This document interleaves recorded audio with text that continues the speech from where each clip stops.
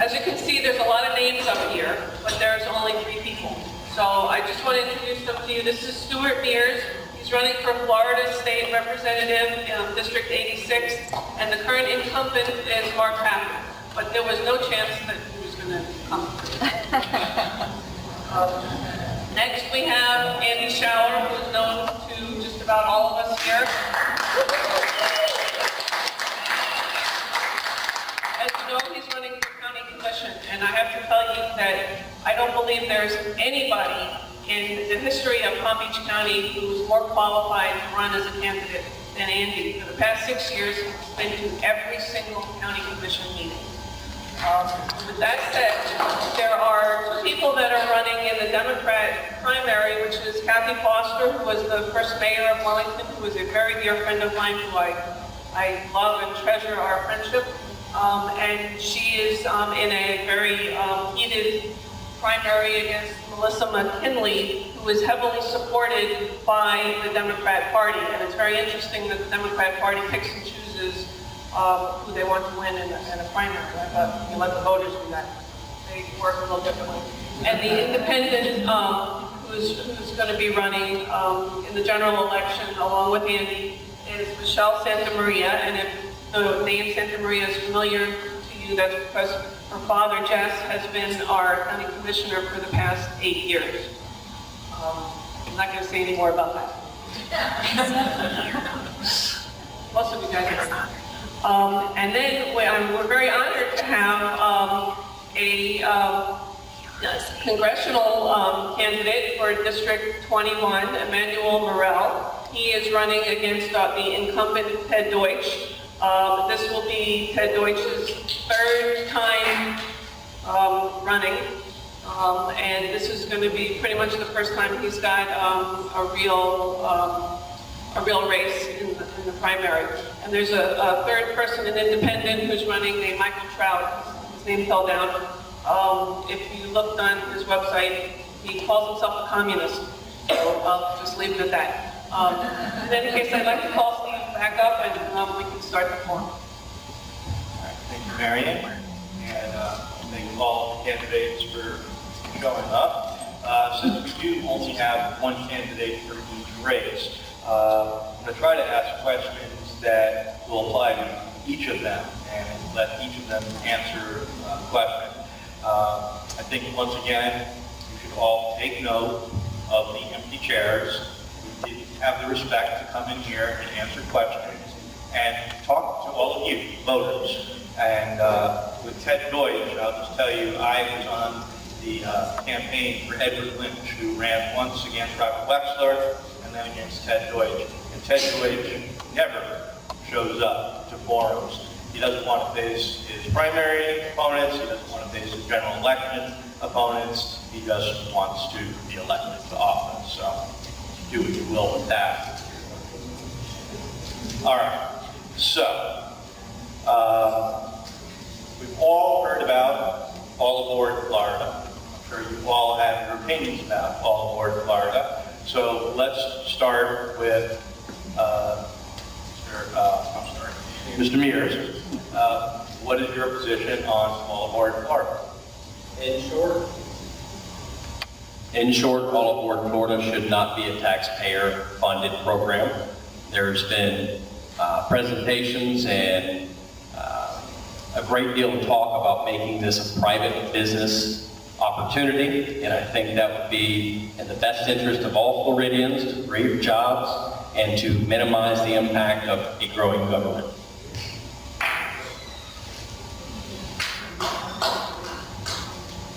There's a number of reasons why I believe All Aboard Florida is not in our best interest. You may know some of them, anywhere from noise to train 110 miles an hour through Jupiter, things of that nature. But I'm going to try to put a different spin on this. It's going to be a $2 billion project. Roughly $1.6 billion is going to be a loan from the federal government, meaning us. The rest of that is about $405 million that was put out in the private sector, meaning Wall Street. Well, when you go to borrow money for a house or a car, people look at you as your risk and your risk rating. It's kind of funny that if you borrow money from the federal government right now, or they borrow from you, which is a bond, you'll pay a rate of about 1.75 for 5 years. That's what you can get if you invest in the federal government, because they're safe, right? Now, the money that was raised, according to Bloomberg, by All Aboard Florida, they're paying 12% to borrow your money, 7 times more, so I guess they're pretty bad risks. And if they don't have the ability to pay you back in 5 years, they can issue you more debt. So you look at Wall Street, who's going to evaluate things when you're raising $400 million, and they say you're 7 times a greater risk than the United States government. Which one of us would put our pension money based upon that? And then also knowing that if they don't pay you back, they'll just give you some more paper. You can't even sell this to people on Wall Street. How are you going to sell it to us?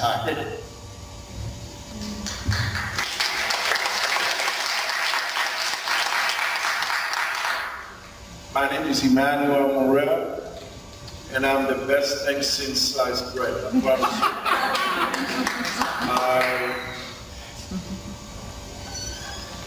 I don't want to say that I'm against something just for the sake of being against something. Eventually, you have to be for something. You have to be for progress. When you travel around the world, we are a country that has been stagnant since Eisenhower. We don't do anything big anymore. We don't think big, we don't act big, and everything we want is to be small. When you land at JFK Airport in New York, you feel like you're in a dump. When you go to when you land in Heathrow, you feel like you're somewhere. And some of my friends who have been to China said they're putting us to shame. So to say that I'm against it is not proper. I have to be for something. What is the alternative? We need to come up with alternatives. We need fast trains in Florida. We need transportation. So I'm against. Sit down. I didn't say time. Oh, I'm sorry. But now it's time. Okay, now it's time. All right. Okay. All right, now this one was connected mostly to the county commission, but I'll try to word it in a way that all of you can get in on it. In April, the county commission voted to adopt climate change plans. Some of the measures being considered include raising low-lying roads, restricting building in areas vulnerable to flooding, relocating drinking water wells further inland, and promoting public transportation to reduce the number of cars producing so-called greenhouse gases. All of this at a time when climate change predictions are being proven wrong, and despite the fact that there hasn't been any global warming in at least 15 years. Is this a good use of taxpayer money, and not just for the county, but for the federal and state level? Should we be spending money on mitigating so-called man-made climate change? This is the Tea Party. He's asking how you feel about stack 'em and pack 'em. How do you feel about Agenda 21? And how do you feel about 3.550? Used to be 750. Why don't we just go ahead and overload Seminole, Pratt, and Whitney? Why don't we put 20,000 more houses on there? Why don't we bring in some garbage from outside of the country, outside of the county, outside of our state? Bring it in as far as Oregon so we can burn somebody else's garbage. Let's put pills out there. These are all wonderful ideas, don't you agree? Yay! Whatever happened to stop the Browardization of Palm Beach County? Forget that. We'll do great. We've done wonderful for Broward. I don't believe in any of that.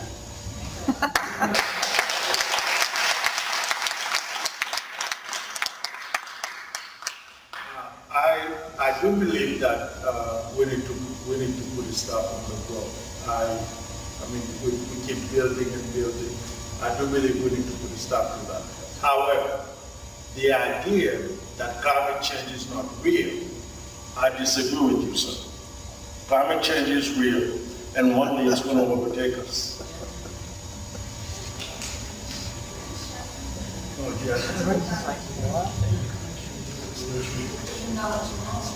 What I hear is a lot like 2008. Shovel-ready jobs, opportunity, growth, Where are those jobs? Where's the growth? The only thing that's gone up since 2008 with the changing of the guards is the cost of goods and services, the cost of our taxes, our insurance. Home prices have diminished. Our income has diminished. So it sounds to me like a lot of 2008 all over again, shovel-ready jobs. Well, I think it's shovel-ready, but not jobs.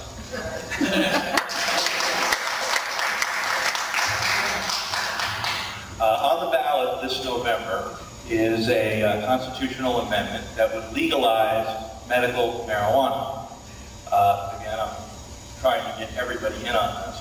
What is each of your position on medical marijuana or the legalization of marijuana in general? I support it wholeheartedly. I think it should have been done way before. This idea of controlling, this idea of telling people what to do is ridiculous, especially as it pertains to marijuana. Now, mind you, I have never smoked marijuana. I have never taken a drug except the ones that the doctors have prescribed me. But I disagree. I believe it should be approved and leave people alone. That's my view.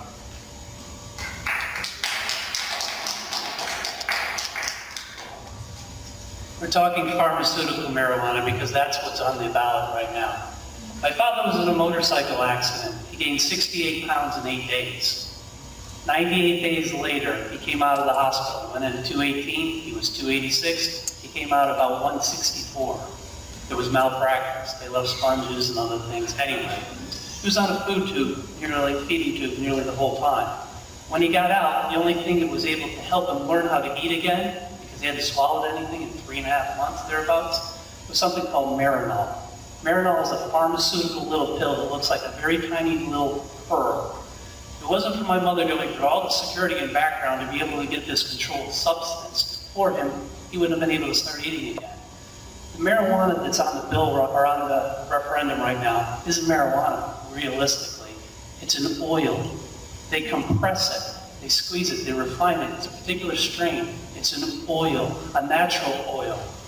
If you look at natural things in this form and for this purpose, it's wheat germ or any of the other things that are natural that help us. In this form, I'm not talking pharmaceutical, in this form, oil or pharmaceutical, I support that.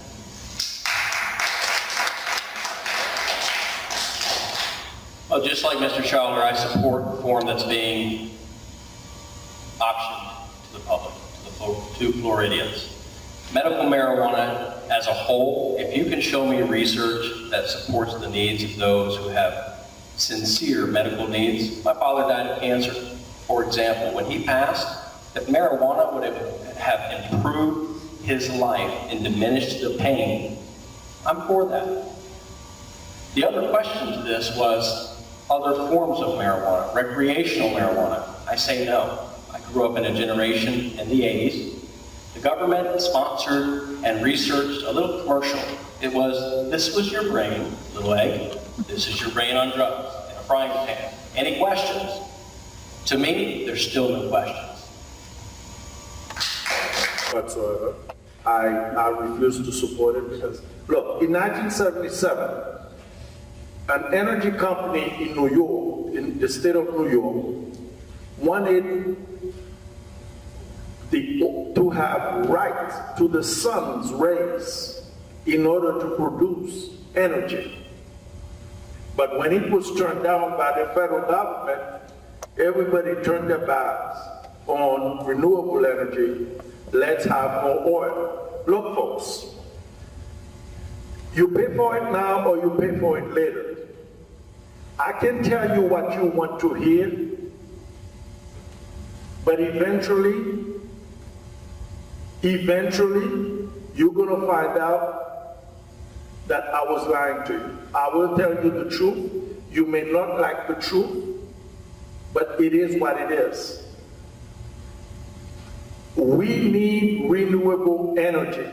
We have a sun that God has given us. We have the technology. We have the know-how to use it. Let's use it instead of fighting for oil elsewhere, fracking. You realize how many earthquakes they've had in the state of Oklahoma due to fracking? Okay, they have had hundreds of earthquakes. Now, you want me to tell you that oil is the answer? No, it is not the answer. God gave us the answer. It's in the sun, it's in the wind. Thank you. As technologies advance, so should our needs and desires for whatever it is to feed those technologies. This isn't a topic for the county commission, but it is a topic for me because I have a number of vehicles and I live just like all of you do. I want to know why we took the so-called clean energy of shale and coal off the market. Why did President Obama run for something saying that we will take out one of the best sources that doesn't do things like pollute the Gulf, doesn't ruin industries? There's still questions of whether I eat shrimp out of the Gulf, just my opinion. But we have other sources that we can do things with that are wind and turbine, not in my backyard, but the turbines are going up out in the sugar fields. What about something offshore? What are we going to do with any type of tidal things? I believe in those type of things that don't leave a lasting and permanent footprint that our children have to pay, our grandchildren and generations later have to pay negatively for our consumer wants and desires right now.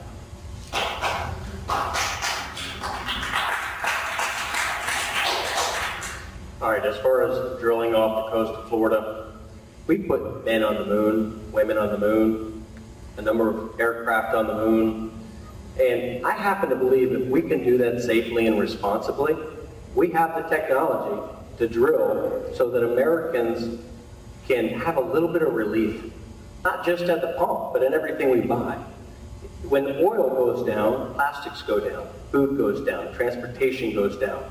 In fact, the dollars that can be raised for education, for new roads, for all the things that we enjoy on a daily basis, they would flow right into the state of Florida if, in the event, we had responsible technology to drill and provide oil products and oil to America and Floridians.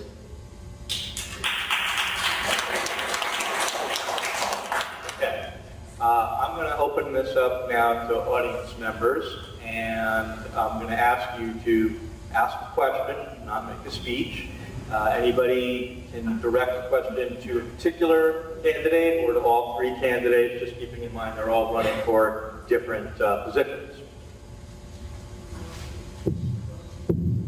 I wanted to ask Mr. Morrell, you were absolutely against drilling offshore. Yes. And what about Cuba, sir? I was in Cuba a year and a half ago, and they already have contracts with China, Spain, and we're working on, I think, 2 or 3 more.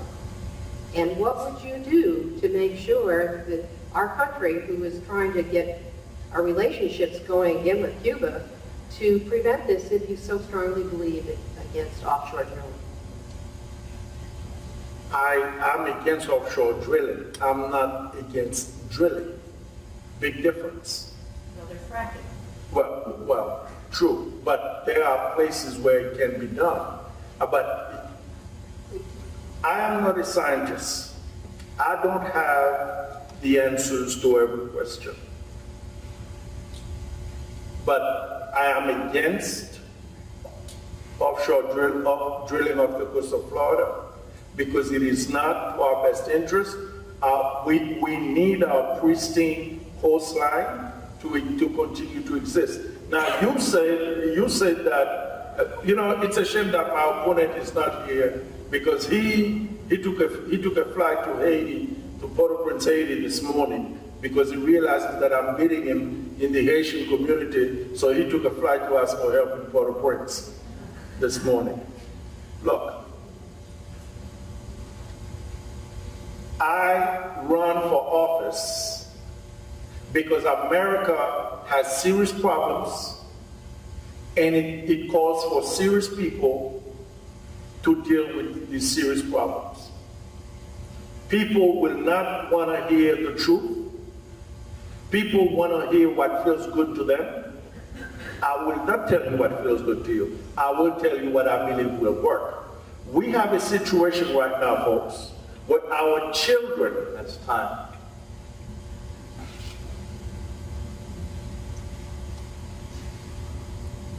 Question for Mr. Schaller. Right now, we're going through the budget flows with Palm Beach County, and the sheriff's budget grows annually. Some project that the sheriff's budget will be the entire budget of the county one day. How would you want to fix this? In 2010, I ran as the no-party affiliated candidate, and I said something that caught Mr. Bradshaw's ear, and I'll say it again, and I'll say it every day that or every year that I'm involved in Palm Beach County, either as your elected official or not.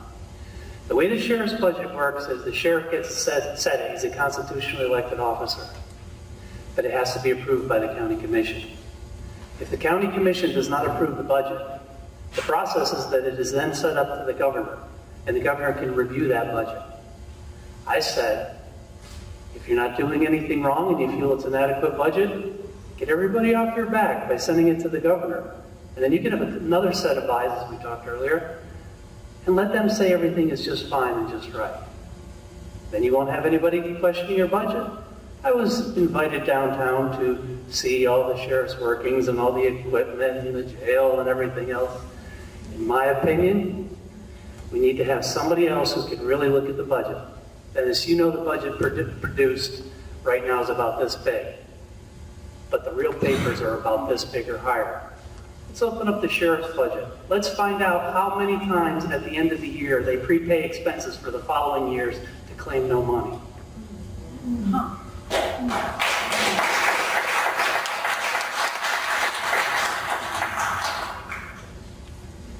For Andy and Stuart, speak about Agenda 21.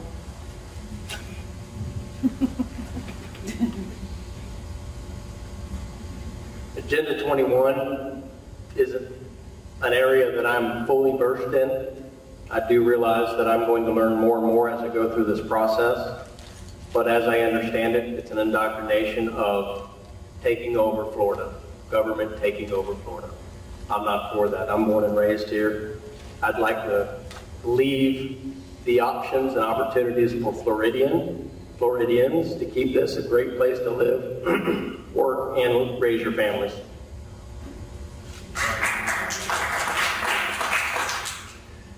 Agenda 21 is a world concept. It's a one world government, one world order. It's a fascist idea of Walmart. Walmart started out in Arkansas, and we had one. Now, if you're sitting on the board of Walmart, you really don't care if your store is located in Arkansas or China. You don't care if your McDonald's store as a corporation is located in anywhere. The whole idea is that there's one good for all people. And then it gets brought down here. The Florida part was the 750. But the idea that you don't need any individuality, it's cradle to grave, it's a nanny state. The whole idea is the government knows better for you than you do, and you don't even have to have somebody that's elected to be appointed a czar who can then oversee your area, and we have FEMA regions and this czar and that governor board and whatever. The bottom line is you're not an individual, you're a herd of cattle as set up by the United Nations, and everybody is the same. There's no individuality, and you're no better or worse, and we control everything, and you'll just like it.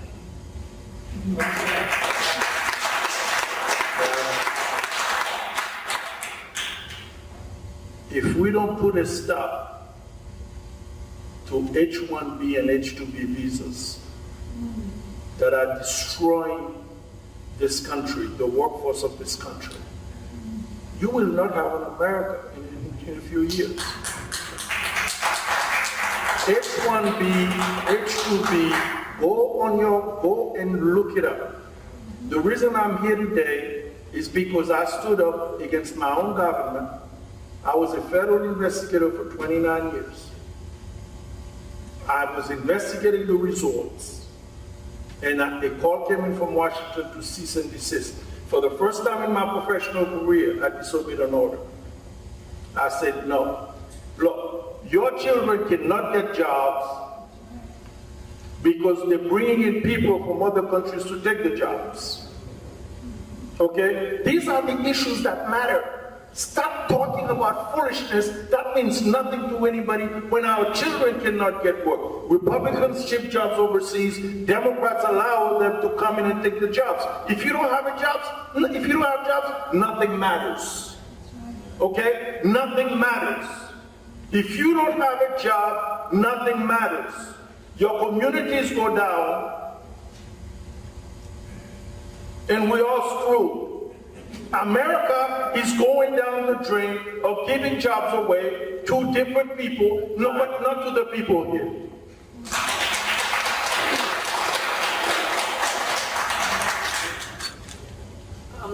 Mr. Morrell, most of the people here, this is the first time that they're having the opportunity to meet you.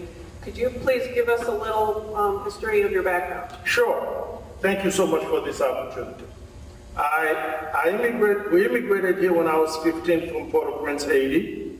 I went to high school in Miami Beach. I went to university in Tennessee, majored in accounting and theology.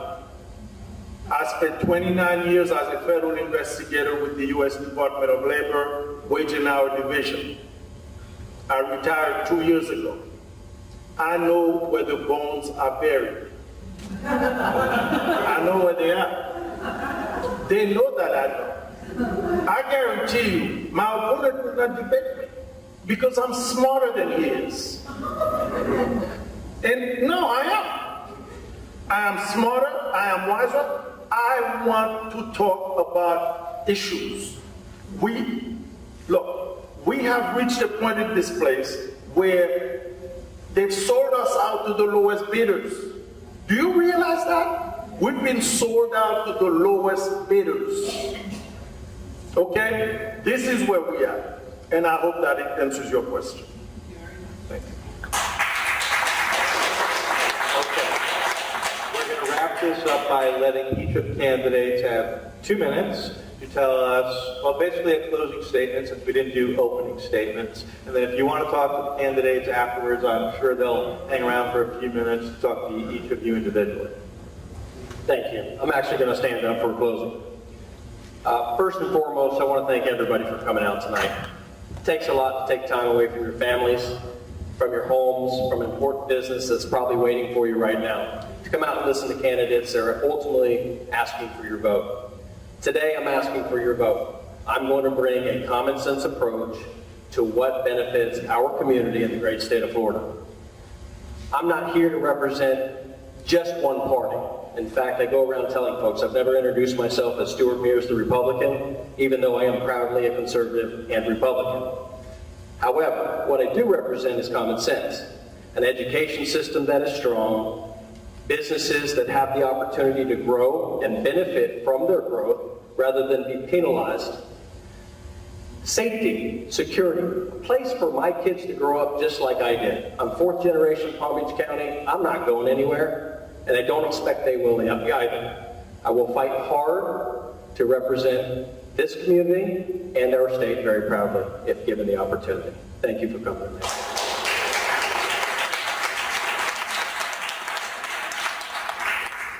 Definitely thank you for being here. With 11% turnout in Wellington in March, we need everybody.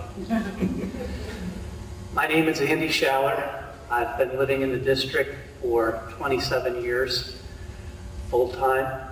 I'm a business owner. I'm going to give you my background as it relates to the Tea Party principles. Fiscal responsibility. I have a business that handles other people's money, electronic banking. In the last 20 years, I've handled about 550 businesses across the U.S. and Puerto Rico. About $1 billion of everybody else's money at an average of $41 per transaction. All on my back. The second part, limited government. I run my business the way that I believe government should be run, lean and mean.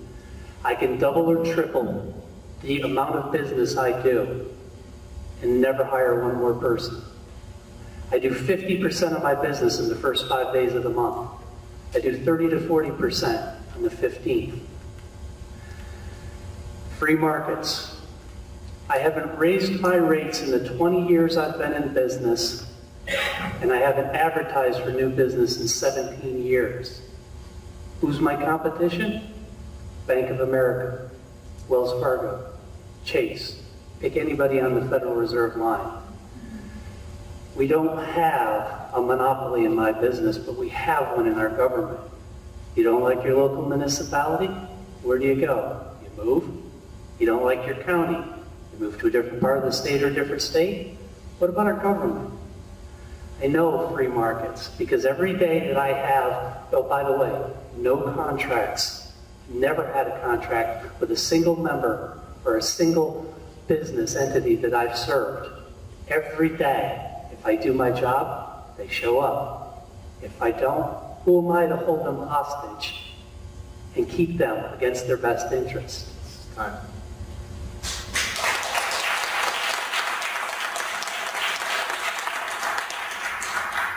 There are college students graduating with degrees in accounting, passing the CPA exams, yet they are unable to get hired by the accounting firms because those firms are allowed to bring workers in from India and China under H-1B. Another slap in the face is that those H-1B workers do not pay federal income taxes, Social Security, and Medicare. Our children are saddled with debts, and their own government is against them. What the hell? If we do not repeal those H laws, we are cooked. Qualified teachers are hired, qualified teachers are not hired, while teachers are brought in from Spain and the Philippines. Qualified healthcare workers are not hired, while hospitals bring in workers from other countries. You keep voting for the school wars, you will always be the schoolees. We the people have been so psychologically damaged to believe whatever the 1% says. We are now conditioned to believe that helping ourselves, the middle class, is an anathema. My dear friends, for 29 years I was inside the federal government. As I said before, I know where the bones are buried. Most of us lived in a constant state of illusion. We are made to believe that we cannot do great things because if we dare to even dream about doing great things, we are told to wake up and to keep drinking daily the drug of gradualism. I believe that we can do great things. I believe that we can unshackle our people by reducing their load. Thank you so much. Let's have a round of applause for our candidates for State House and U.S. Congress. I did just want to mention that there are two candidates here for the report commissioner. Kesnel Deus is here, and Peyton MacArthur is here. And I think they would like the opportunity, when we're done, to talk to you individually. So just wanted to mention they were here. Thank you very much. Thank you so much, Steve, for moderating for us.